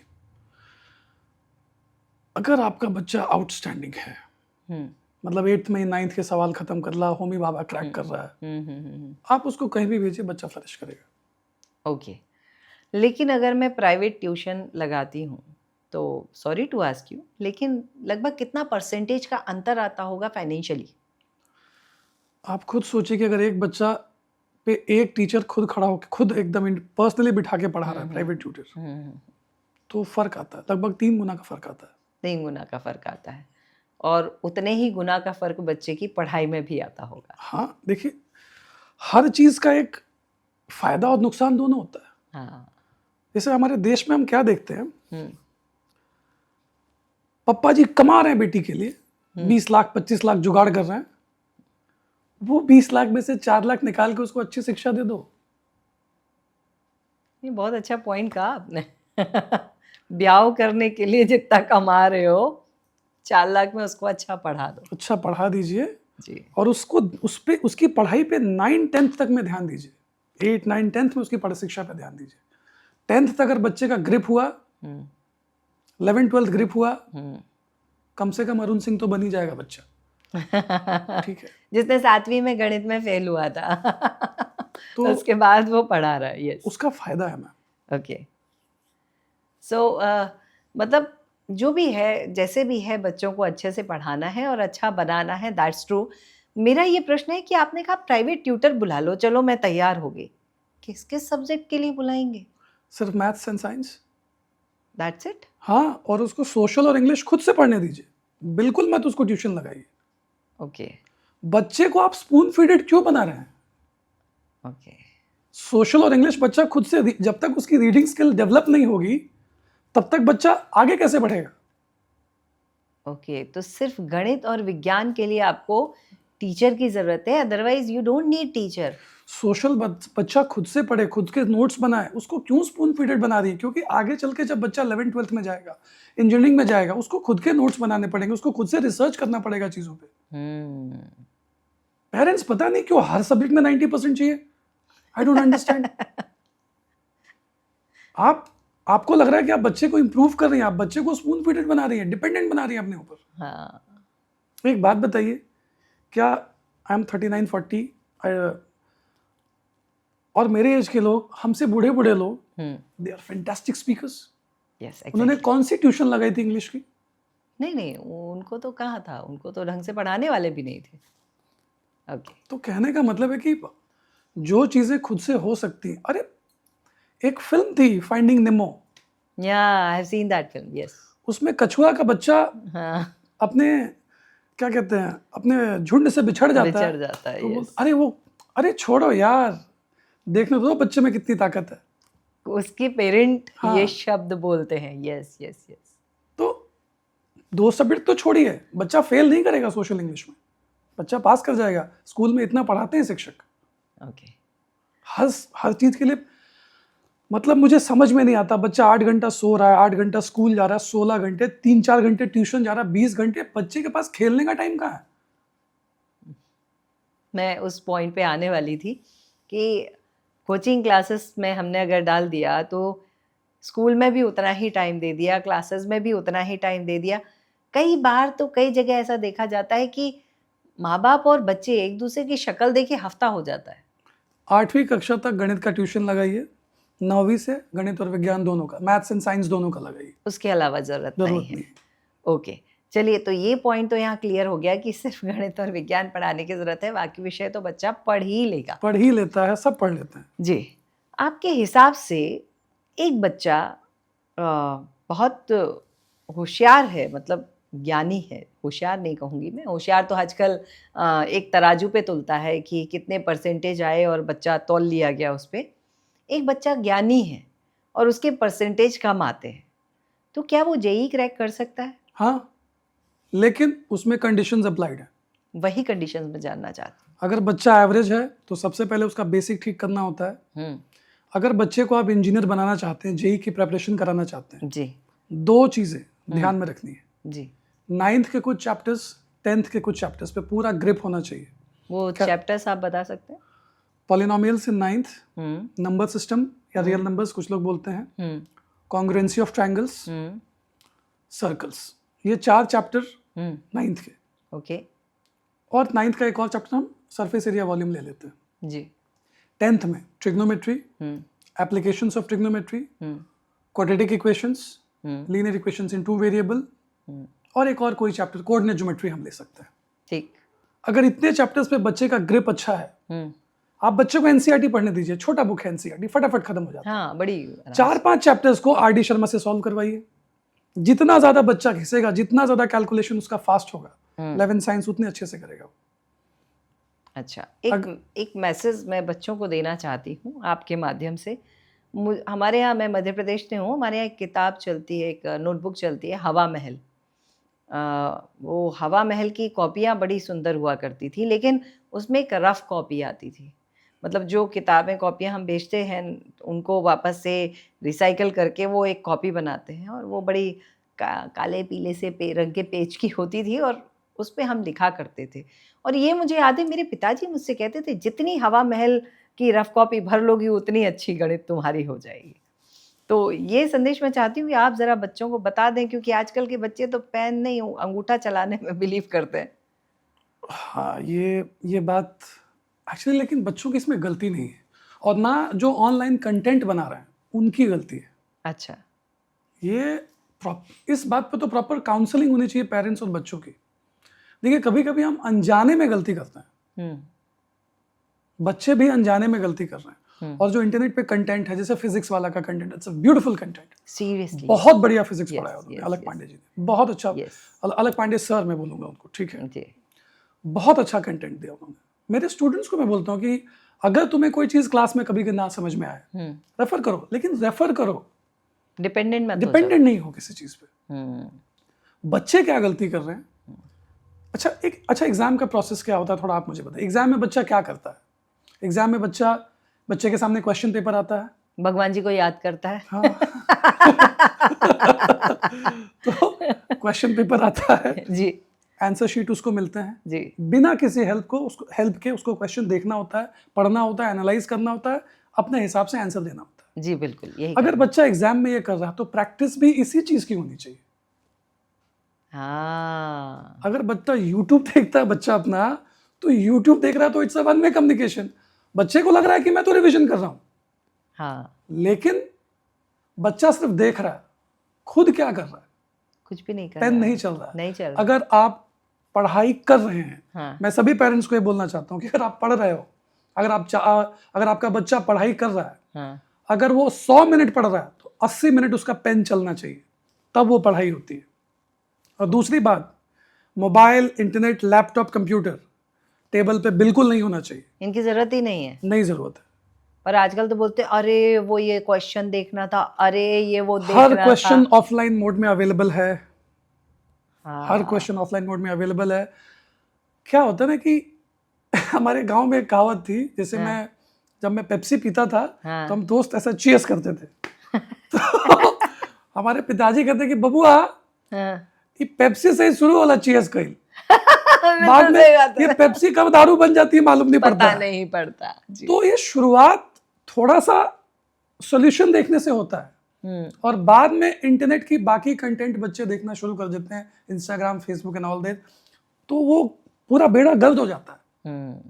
देखिए, कोई भी चीज बुरी नहीं होती है, अगर उसको गलत तरीके से इस्तेमाल कीजिएगा तो बुरी है।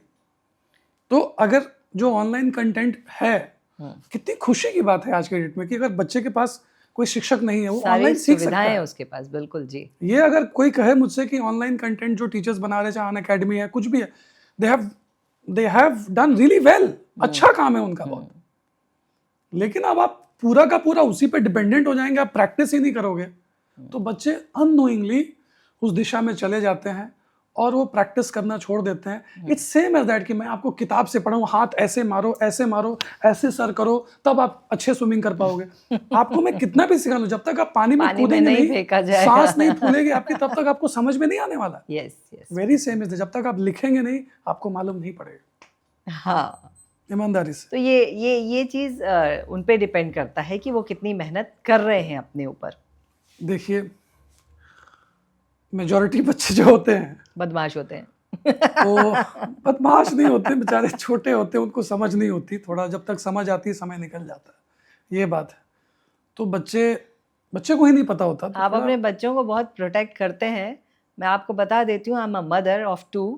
आई नो कि आज की जनरेशन जो है वो बहुत बदमाश है। उनको पता है कि हमको कहाँ किसको कैसे घुमाना है। मैडम, ये बच्चे हैं जिनकी वजह से पॉडकास्ट हो रहा है, मैं उनको कैसे दोष दूं? ये पॉसिबल नहीं है। बदमाशियां बंद कर दो। नहीं भाई, करो बदमाशी। जो बदमाशी करता है उसमें डेयरिंग होती है, और जिसमें डेयरिंग होती है वही फिजिक्स के प्रॉब्लम को अप्रोच कर पाता है। क्या तो करो बदमाशी जी भर के। क्या बात है, ऐसे टीचर मिल जाए। हमारे टीचर तो आते थे, दे रैप्टा खत्म। और नहीं, रैप्टा तो देने का हमारी भी इच्छा होती है कभी कभी, लेकिन क्या करें, मोदी जी ने कानून बड़े तगड़े बना के रखे। अभी हमारे यहाँ 911 चालू नहीं हुआ, वी आर लकी। हाँ, ये अच्छी बात है। जिस दिन वो चालू होगा उस दिन के बाद में हम हमारे बच्चों को भी नहीं मार पाएंगे। बट सीरियसली हम तो उस बात के लिए खुश हैं कि हमने मार खाई है, और हम मुर्गा नहीं, हम मुर्गी बने हैं। पिटने से किसी बच्चे का नुकसान नहीं होता है। मैं इस बारे में डिसएग्री करता हूँ कि पिटने से बहुत नुकसान। हाँ, लेकिन बच्चे फ्रस्ट्रेशन नहीं निकालना चाहिए। चलिए, अब मैं वापस टॉपिक्स पे आना चाहती हूँ, और मेरे मन में एक और ख्याल आ रहा है कि 9वीं कक्षा के बारे में तो आपने बहुत कुछ बताया। 9वीं 10वीं हो गई, 10वीं के बाद में हमने कॉमर्स में डाल दिया, हमने आर्ट्स में डाल दिया, लेकिन हमारा एक और बच्चा है जिसको हमने साइंस में डाल दिया। अब मैं क्या करूं उसके साथ? क्योंकि मैं तो, चलिए, मैं बीइंग अ पेरेंट, मैं टेक्निकल हूं तो मुझे कुछ रास्ते पता होंगे, पर मेजॉरिटी में पेरेंट्स टेक्निकल नहीं होते। हम जैन लोग हैं, हमारे यहाँ तो कॉमर्स वाली लाइन वाले, मम्मी भी कॉमर्स, पापा भी कॉमर्स, धंधा करेंगे, पैसा कमाएंगे। अब बच्चा साइंस में चला गया, क्या करेंगे माँ बाप? क्या गलतियां ना करें और कैसे उस प्रोसीजर पे आगे बढ़े, कहाँ पढ़ाएं? बच्चा किसी भी XYZ कोचिंग इंस्टीट्यूट में जा रहा है, ठीक। चाहे वो मेरे यहाँ ही आ रहा है, हम्म। हर बच्चे के लिए एक प्रोटोकॉल है जो कॉमन है। पहला कि भाई आपको 10th में 90% आ गए हैं, आप हवा में ना उड़े कि आपने 90 स्कोर किया है, आपने 80 स्कोर किया है। 9th और 10th में और 11th और 12th में जमीन आसमान का फर्क है। सिलेबस भी पूरा अलग है। अलग नहीं मैम, बहुत वास्ट है। हाँ। 9 10th एक तालाब है, 11 12th एक नदी है, और जेई मेंस एडवांस की प्रिपरेशन एक समंदर है। ये डिफरेंस है। अच्छा, इस पे मुझे एक बात याद आई, हम इंजीनियरिंग में बोलते थे सिलेबस एक समंदर है, बाल्टी भर पढ़ पाते हैं, मग्गा भर याद रह पाता है, चुल्लू भर लिख पाते हैं, तो क्या बूंद भर लिख पाते हैं, और आखिरी में चुल्लू भर पानी में डूब के मर जाते हैं। उन बच्चों के साथ यही स्थिति आपके शब्दों में हो रही है। अगर 11 12th की बात करें, उसमें अच्छा परफॉर्म करना है जी। तो पूरी की पूरी नदी पीनी पड़ती है और उसको डाइजेस्ट भी करना पड़ता है। ओके। एकदम सीरियस बात है ये। मेजॉरिटी बच्चों के साथ गलत क्या होता है, वो कोचिंग क्लास गलत चुन रहे हैं, वो सब बातें छोड़ दीजिए। मेजर गलतियां बच्चों से भी होती हैं। जी, मैं वही जानना चाहती वो हूँ जो कि वो 10th कहाँ के गड़बड़ रोमांस कर। में जी रहे होते हैं कि हमने तो 90% स्कोर कर लिया है, हाँ, अब हम होशियार सिद्ध अब हो हम गए। होशियार हो गए हैं। हाँ। 10th में अगर बच्चा 2 घंटा प्रॉपर्ली सिंसियरली पढ़े, बच्चा 90 स्कोर कर लेता है 10th में। 10-12 घंटे अगर मेरा एक क्वेश्चन बीच में, सॉरी ले रही हूँ, अगर मेरा बच्चा 10th में 90% लाता है, कुछ टाइम पढ़ के, कुछ करके, क्या उतना ही पढ़ता है तब, और 11th और 12th में भी उतना ही पढ़ता है, तो उसके परसेंटेज में कितना अंतर आएगा सेम पढ़ाई में?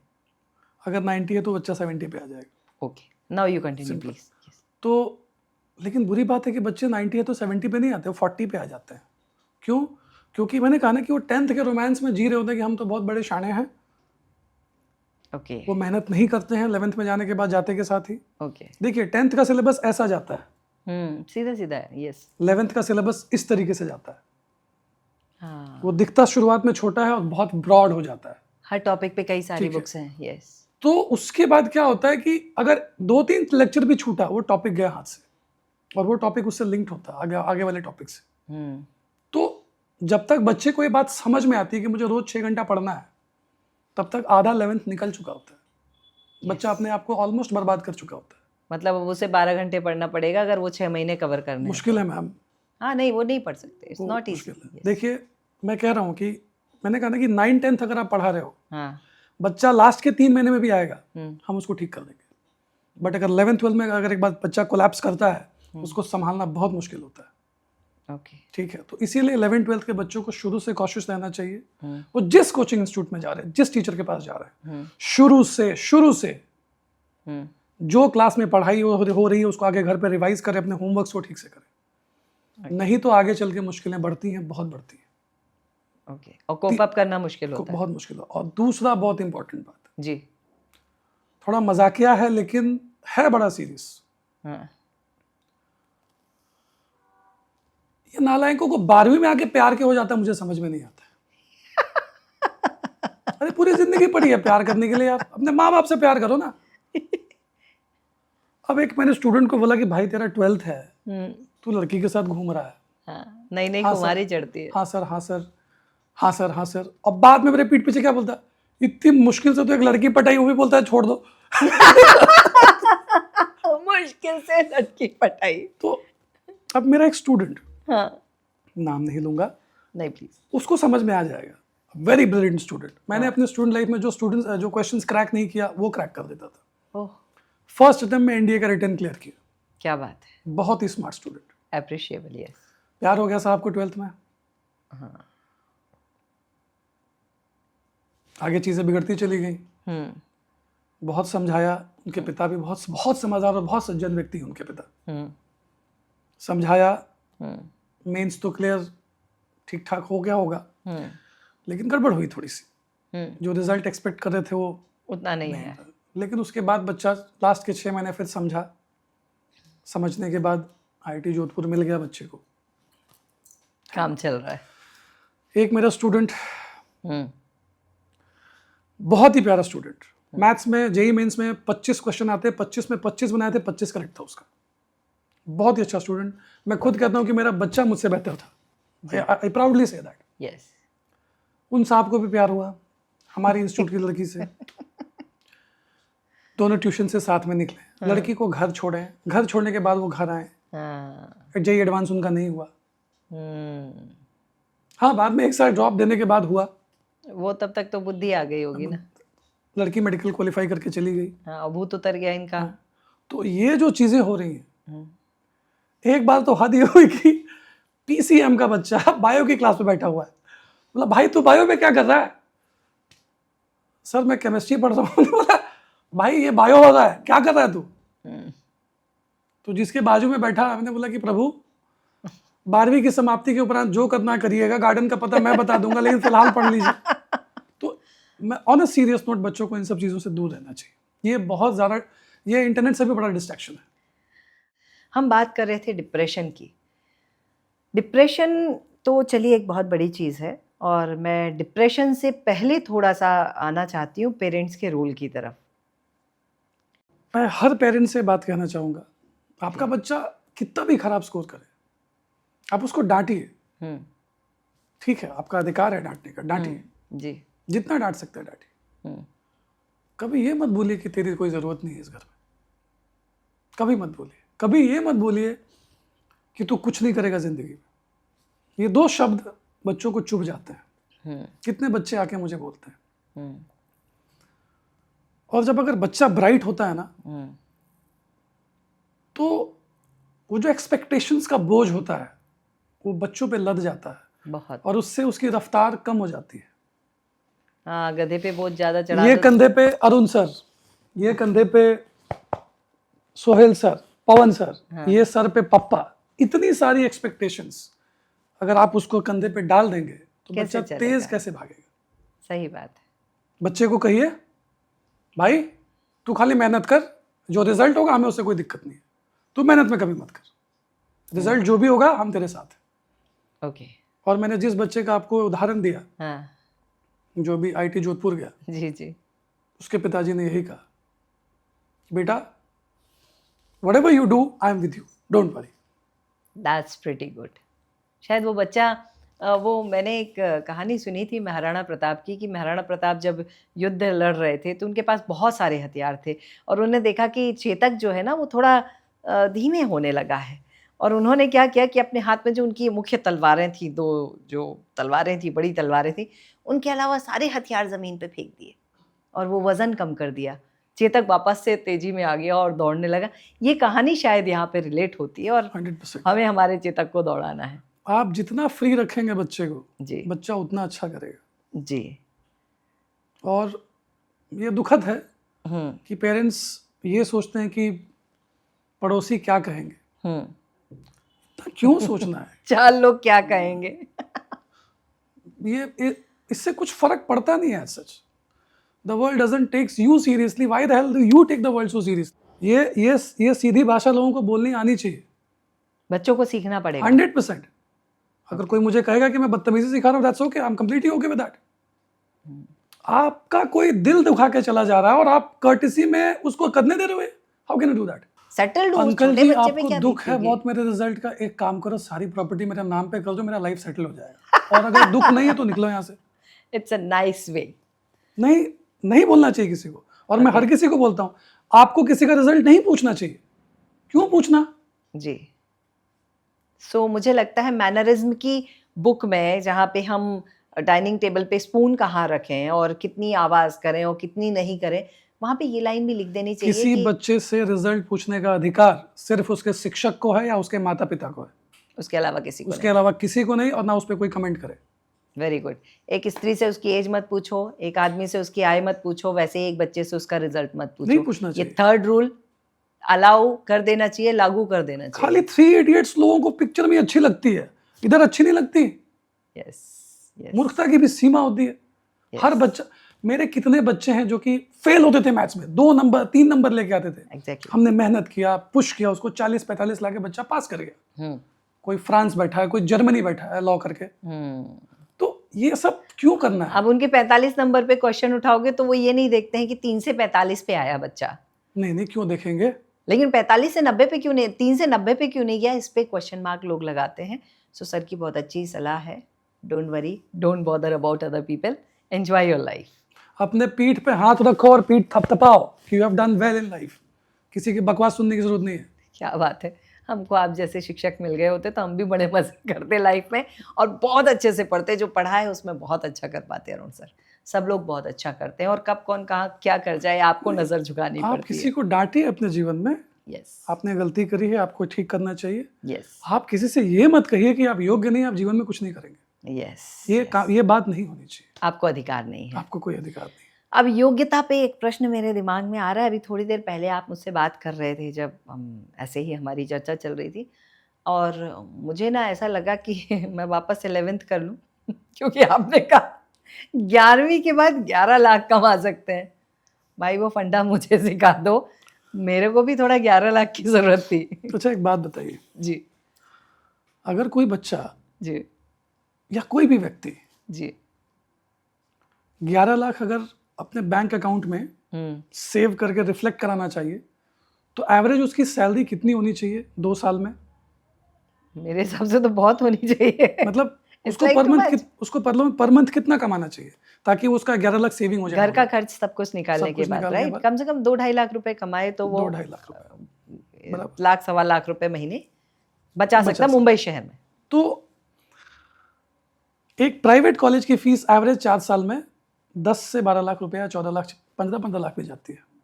आराम से, जाती बहुत है। फीस है, स्कूल की फीस है इतनी तो। अगर वो बच्चा 3 घंटा ईमानदारी से मैथ्स पढ़े, 3 घंटा फिजिक्स पढ़े, 3 घंटा केमिस्ट्री पढ़े, हाँ 11th-12th में ईमानदारी से, ईमानदारी। या 2-2 घंटा पढ़े, इजीली बच्चा एक गवर्नमेंट कॉलेज स्टेट का क्रैक करेगा, आराम से 4 लाख में बीटेक करेगा, बच गए 10 लाख रुपए।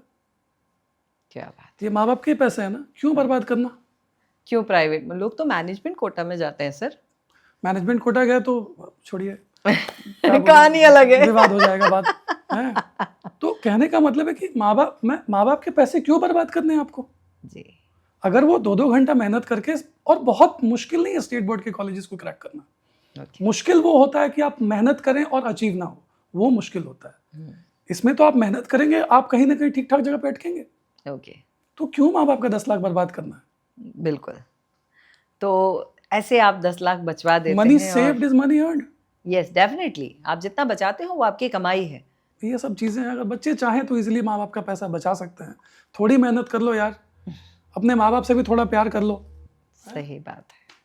जब ये बात रियलाइज तब तक नहीं होती है। एक दिन मैं ऐसे ही एक इंटरव्यू सुन रही थी और that interview was Sonu Nigam, and उन्होंने एक बात बहुत अच्छी कही कि मुझे अपने पापा से प्यार था, लेकिन रियलाइज तब हुआ कि बाप होना क्या होता है जब मेरी गोद में मेरा बच्चा आया। At that time I realise कि क्या किया होगा इन लोगों ने अपनी पूरी जिंदगी मेरे लिए। सो वो रियलाइजेशन तब आया। उससे तो जब आज की जनरेशन कह रही है कि हम बहुत स्मार्ट हैं, 3G हैं, 4G हैं, 5G हैं, तो भाई हम आपको बता रहे हैं, आप ये बात समझो कि आपके पिता बहुत मेहनत कर रहे हैं आपके लिए। आप सोचो कि उनका हार्ड एंड कमाई आप खुद बर्बाद कर रहे हो। कोई और आपके पापा का 10 लाख रुपया ले ले तो आप तो उस तमतमा जाओगे। सही बात, आप खुद कर रहे हो जी। ना करो बच्चों। पैसा आपके माँ बाप बहुत मेहनत से कमाते हैं। मेजॉरिटी लोगों के पैसा माँ बाप बहुत मेहनत से कमाते हैं। ध्यान दीजिए इस बात पे आप लोग। ठीक है, अब मुझे ऐसा लगता है कि हमारी चर्चा बहुत सारी हो गई है और बहुत कुछ जो रह गया होगा वो बच्चे आपसे पूछ लेंगे बिल्कुल से, और पूछ लेना, छोड़ना मत। बहुत अच्छे आंसर देते हैं, ये तो आपको भी पता है। पर एक प्रश्न मेरे दिमाग में आ रहा है,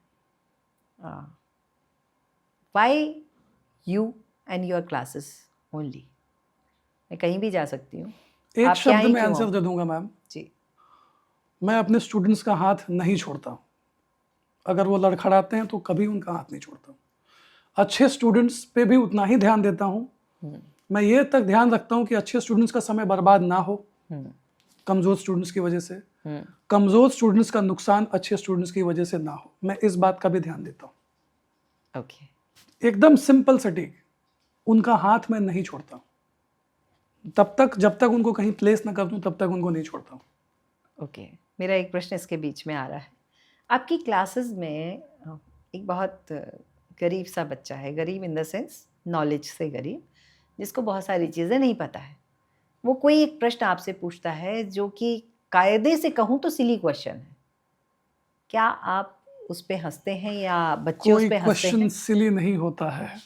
जी अगर वो आपको नहीं आ रहा है, देखिए एक बात बताए, जी किसी बच्चे से पूछिए कि भारत की राजधानी कहाँ, वो दिल्ली बताएगा। जी, अगर किसी बच्चे को बोले ऑस्ट्रिया की राजधानी कहाँ, शायद वो नहीं बता पाएगा। नहीं बता पाए। दोनों क्वेश्चन सेम है, दोनों क्वेश्चन सेम है या जी। सिमिलर हैं, जी। कह सकते हैं हम। जी लेकिन एक पता है तो आसान है, नहीं पता है तो मुश्किल है। जी बिल्कुल।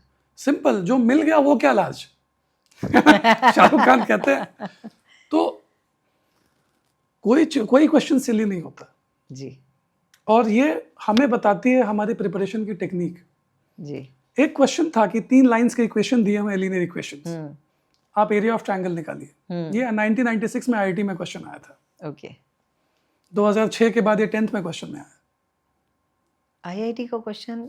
मैम मैंने कहा ना कि जो चीज बाहर आ गई वो आसान हो गई, जब हम्म। पहली बार आया तो वो चीज टफ है। हाँ। तो कोई सिली डाउट नहीं होता है। और अगर आज मैं किसी डाउट पे बच्चे पे हंस दूं, वो बच्चा पूरी जिंदगी मुझसे डाउट नहीं पूछेगा। पर ऐसा कई जगह होता है। मैं वो काम नहीं करता, मैं 2 काम नहीं करता हूँ। जी हाँ, एक काम करता हूँ, किसी ने डाउट पूछा, बेटा थक गया हूँ कल बता दूंगा, ये हो सकता है। हाँ। डाउट पूछा तो नहीं बताऊं, ये नहीं होगा। दूसरी बात, मैं किसी बच्चे को ये कभी नहीं बोलता कि मेरे मेरे मेरे डांटने के किस्से बहुत बहुत फेमस हैं। टेरर है? हाँ हाँ, टेरर है मैडम। कुछ लोग तो आतंकवादी भी कहते हैं मुझे बच्चे हैं। लेकिन कहने का मतलब है कि लेकिन कोई बच्चा आज तक मुझे ये नहीं कहा कि अरुण सर ने ये कहा है कि तुमसे जीवन में कुछ नहीं होगा, तुम किसी योग्य नहीं हो, ये नहीं कहता मैं। Okay, and that's a very positive thing. क्या बोलूं मैं, एक बच्चा मेरे पास आया था, एक इंसिडेंट मेरे साथ ऐसा हुआ है। एक जी। बच्चा मेरे पास आया था 11th में, थोड़ा 2-3 महीने लेट आया था। मैंने उसको डांटा कि तुमसे ये नहीं हो रहा, तुम मेरे क्लास में कोप अप कैसे करोगे यार। हाँ बच्चा ट्यूशन छोड़ दिया मेरा, हाँ वो नहीं कोप अप कर पा रहा था। हाँ क्या तुमको करके आना पड़ेगा ये सब। हाँ। बच्चा ट्यूशन छोड़ दिया। 4 साल के बाद मालूम पड़ा कि आईआईटी में बच्चा हो। So you don't know what will happen in future. कौन सा बच्चे में कब स्पार्क आ जाए ये आप नहीं जानते। थ्रू आउट मेरा स्टूडेंट शेख शब्बीर हमारे क्लास में टॉप कर रहा था, यथार्थ उससे पीछे रह रहा था। मेंस में all of a sudden marks बढ़ गए जाते यथार्थ के। 190 अराउंड शब्बीर के थे और 215 जेई मेंस में यथार्थ के थे। जो अभी तक सेकंड था वो फर्स्ट हो गया, जो फर्स्ट था वो सेकंड हो गया। वो स्पार्क आ जाता है बच्चे पे। बच्चा कब कौन सा बच्चा मतलब एकदम तोप बन जाए इसकी कोई गारंटी नहीं होती। कब किसका दिमाग खुल जाए इसकी कोई गारंटी नहीं होती। वीक से वीक बच्चा, मैडम मुझे देखिए, I failed in mathematics in 7th standard. Yes yes yes. उसके बाद चीजें बदली। Today you are teaching like anything. हाँ, तो बात खत्म है। That's pretty good. Now can we wind up this podcast? हालांकि मेरा मन नहीं कर रहा है क्योंकि बहुत मज़ा आ रहा है बहुत सारे डिस्कशंस में, और बीइंग अ पेरेंट बहुत सारी अच्छी बातें मुझे सीखने को मिल रही हैं। बीइंग अ स्टूडेंट मुझे बहुत सारी अच्छी बातें कीजिए, पार्ट 2 निकालेंगे, व्यूज ज्यादा मिलेंगे। That's good. So, last message to the parents, to the kids, and the other than the world. Parents को मैं ये कहूंगा कि अपने बच्चों पे भरोसा करें। अगर वो गलती करें तो उनकी गलती सुधारने में मेहनत करें, उनको डांटने में मेहनत ना करें। ठीक है। दूसरी बात, बच्चों अगर आप 11th-12th में हैं, आप किसी भी इंस्टीट्यूट में जा रहे हैं XYZ, मुझे उससे कोई मतलब नहीं है। आप अपनी पढ़ाई शुरू से सिस्टमेटिक रखें। और अगर आप जेईई मेंस क्वालिफाई करना चाहते हैं, 25 क्वेश्चन रोज मैथ्स, मिनिमम 25 क्वेश्चन रोज मैथ्स, 25 क्वेश्चन रोज फिजिक्स, 25 क्वेश्चन रोज केमिस्ट्री। अगर आप इतना नहीं कर रहे हैं तो आप अपनी जेईई की प्रिपरेशन के साथ जस्टिस नहीं कर रहे हैं। आप बुक कोई भी बनाइए, घिसिए, जितना घिसेंगे उतना शार्प होंगे। 9th-10th के बच्चों को मैं कहूँगा, पेरेंट्स को कहूँगा, प्लीज़ अपने बच्चों को ऐसी जगह पे भेजें जहाँ पे इंस्टीट्यूट का ओनर खुद खड़ा होकर पढ़ा रहा है। मैं अपनी मार्केटिंग कर रहा हूँ बट ये फैक्ट है। ठीक है। Yes. क्योंकि आपके बच्चे फूल जैसे कोमल हैं, अभी टेंडर एज है, उन पे ध्यान देने की आवश्यकता है। उनको ऐसी जगह भेजें जहाँ पे उनको उंगली पकड़ के कोई सिखाए। That's all. और बाकी कहूँगा कि किसी शर्मा जी के बेटे से बेटे से अपने बेटे का रिजल्ट ना कंपेयर करें, बेचारे शर्मा जी बदनाम हो गए हमारे देश में ना। बहुत। है ना। और आपका बच्चा जैसा है अच्छा है, और आपका बच्चा ही आपके बुढ़ापे का सहारा बनेगा। तो दूसरे बच्चों से अपने बच्चों को कभी कंपेयर ना करें, बच्चों को बहुत बुरा लगता है। आनंद जी का एक प्यारा सा शिष्य जो अपने बच्चों को उनकी ही शिक्षा को लेकर वैसे ही शिक्षा देता रहा है और देता जा रहा है, और उन्हीं शिक्षाओं की बात पिछले 1-1.5 घंटे में हम सुन रहे थे। बहुत पॉजिटिव, बहुत सटल और सही बातें। शायद ये बातें हम हमारी एक जनरेशन पीछे जाएंगे तो यही बातें हम सुन रहे थे कि ज़िंदगी को बनाने के लिए कितनी खूबसूरत हसरतें हैं, और उन्हीं हसरतों के साथ बहुत सारे बच्चे पल रहे हैं। तो प्रयास करते हैं इनकी हर बात को मानने का, इनके हर जज्बात को समझने का, और एक अच्छे पेरेंट, एक अच्छा बच्चा और एक अच्छे गुरु बनने का। हम सब मिलकर इस भारत को बहुत खूबसूरत बनाएंगे, तभी तो भारत जगत गुरु बन पाएगा। तो थैंक्स, आपने भारत को जगत गुरु बनाने के लिए जो भारत गणित के लिए जाना जाता है, उस गणित के लिए जो रामानुजन की गणित है, जो वैदिक गणित है, जिस गणित से सारी दुनिया भारत को जानती है, उस गणित से भारत को फिर से उंगली थमाई है। So thank you so much Arun ji, ऐसा करने के लिए, और आज के पॉडकास्ट के लिए भी बहुत बहुत धन्यवाद। धन्यवाद। नमस्कार। नमस्कार।